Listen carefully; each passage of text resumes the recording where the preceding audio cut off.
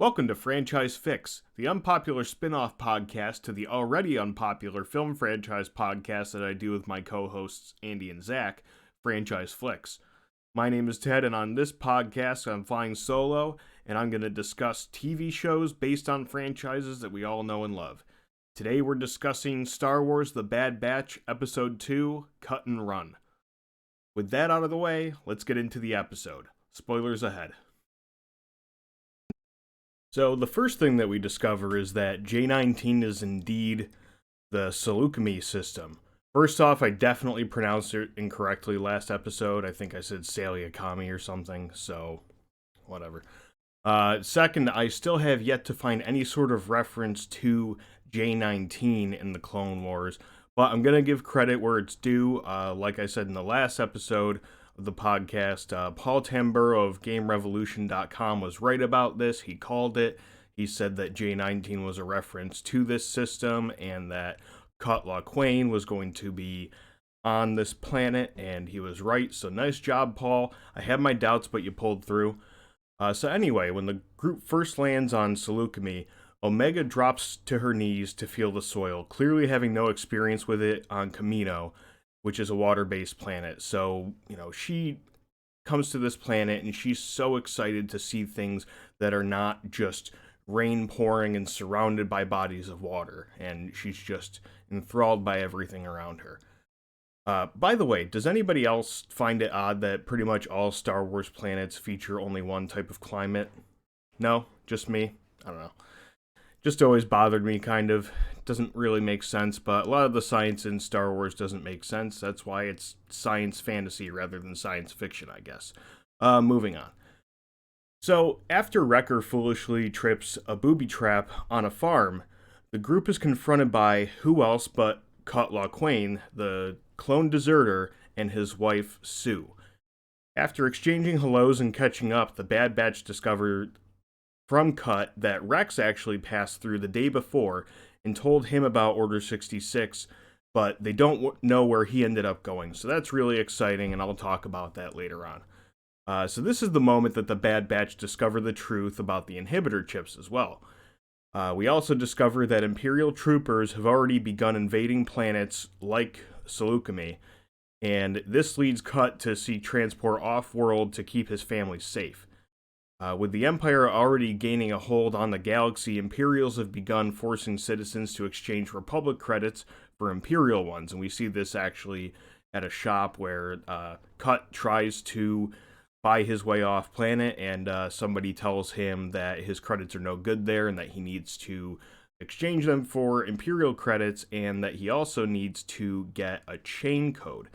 So with that, like I said, they're forcing citizens to exchange their Republic credits for Imperial ones, and they want them to register themselves into the Imperial database to obtain a chain code. With the chain codes, the Imperials are seeking to regulate commerce and travel between worlds, as well as track all citizens. So you can already see the Empire kind of imposing its will on the galaxy. Meanwhile, despite lacking any experience with other children her own age, Omega seems to make pretty quick friends with Cut's kids.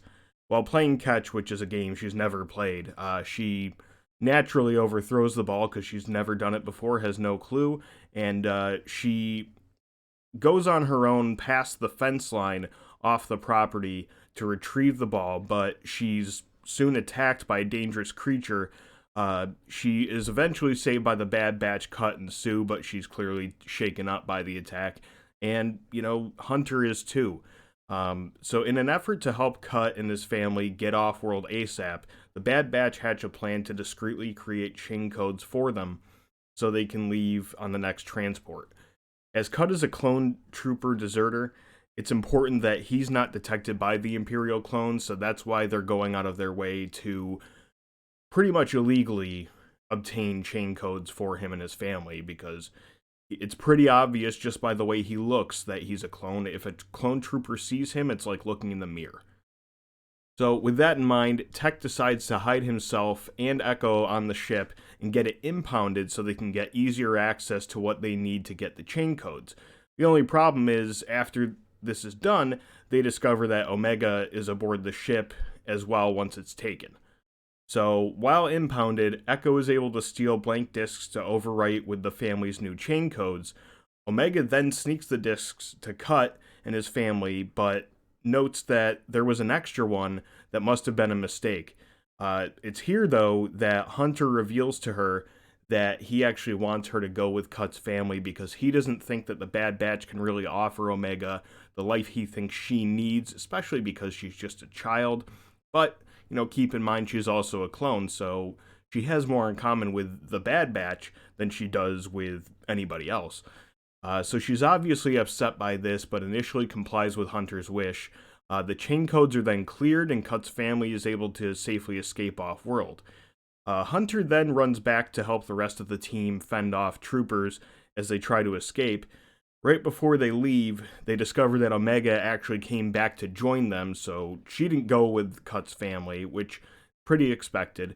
But she's grabbed by a trooper while she's running to them, but Hunter is able to rescue her before they escape. And to end the episode, Hunter ends up telling Omega that she can stay with them if it's truly where she wants to be.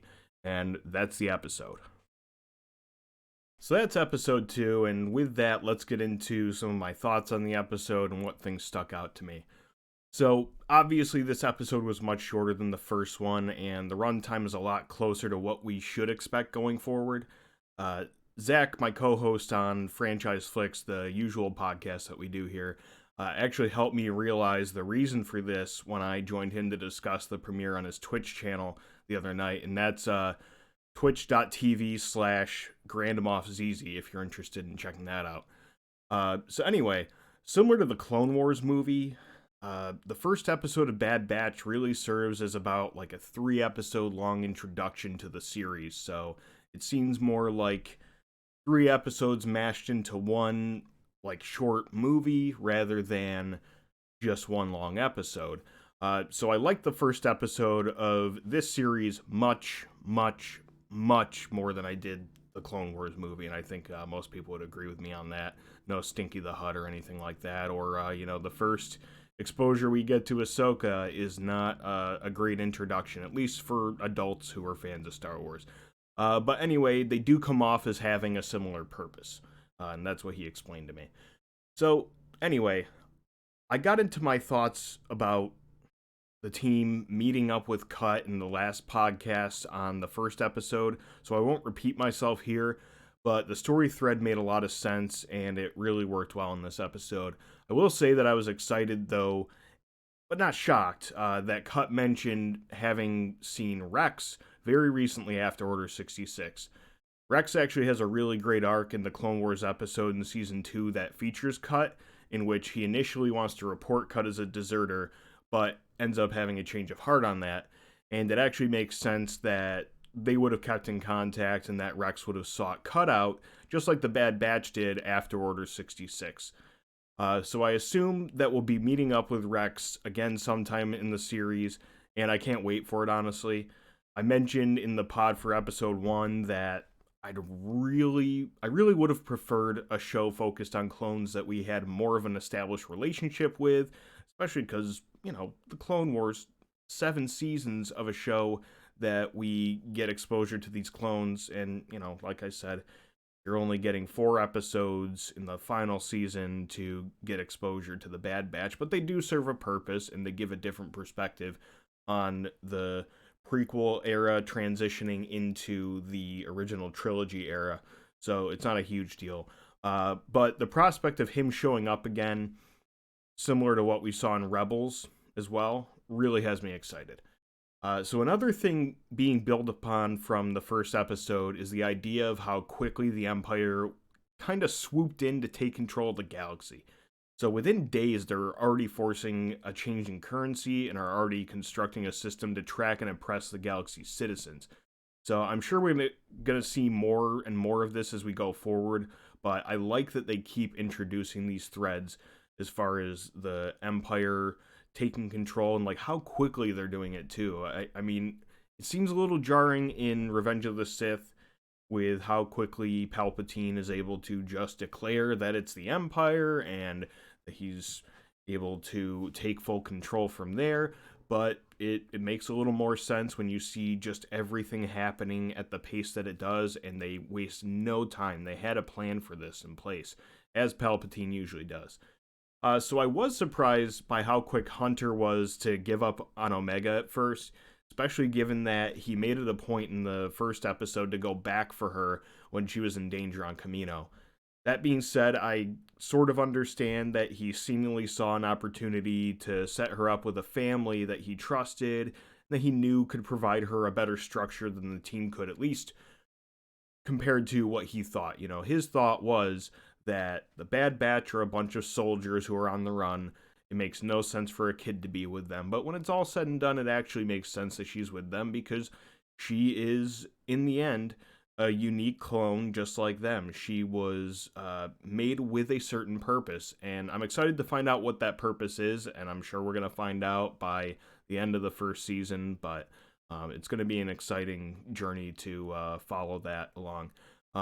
But, you know, I'm glad and unsurprised, though, that she ended up back with them, and I'm expecting to see sort of a similar bond grow between the two, being Hunter and Omega, that already seems to be building, kind of comparable to what we got from Din Djarin and Grogu. Probably not on the same level. I mean, I don't want to be blasphemous here. We all love Grogu. We all love The Mandalorian.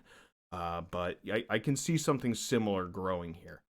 So, you know, maybe having this moment so early on in the series, too, means that the prospect of them splitting up is already over and done with, and we won't have that looming over our heads for the rest of the season, and maybe the series, too, like it does in The Mandalorian. We're constantly expecting that at some point, Din is going to give up Grogu, and he tries to a couple times, unsuccessfully, until he eventually does. Spoiler alert. I'm sure you've already watched it by now, though, if you're listening to this.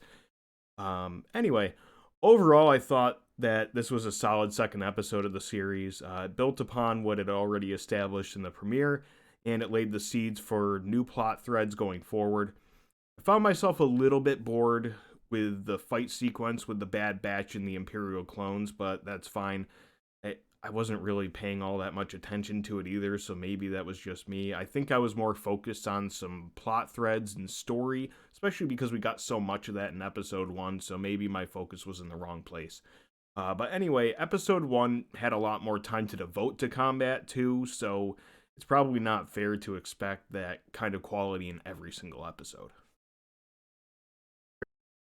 Well, those are my thoughts on the episode. Nothing too crazy happened in this one, but it reinforced a lot of what episode 1 already established and continued the main characters and the story on a sensible trajectory. I'm excited to see what we get next week, though, and if you are too, tune into my discussion on that episode. Lastly, please like and subscribe on YouTube if you like our content. Follow us at Franchise Flicks on Twitter, and be sure to subscribe to us on your favorite podcast app. If you want to follow us further, you can follow Andy at twitch.tv/Darth Buckman and on TikTok at Darth Buckman. You can follow Zach on Twitch at twitch.tv/GrandMoffZZ and on Twitter at GrandMoffZZ. Last but not least, check out the All Star Wars virtual book club created by Zach called Sacred Jedi Texts on YouTube and your favorite podcast app. Thanks, and catch you on the next one.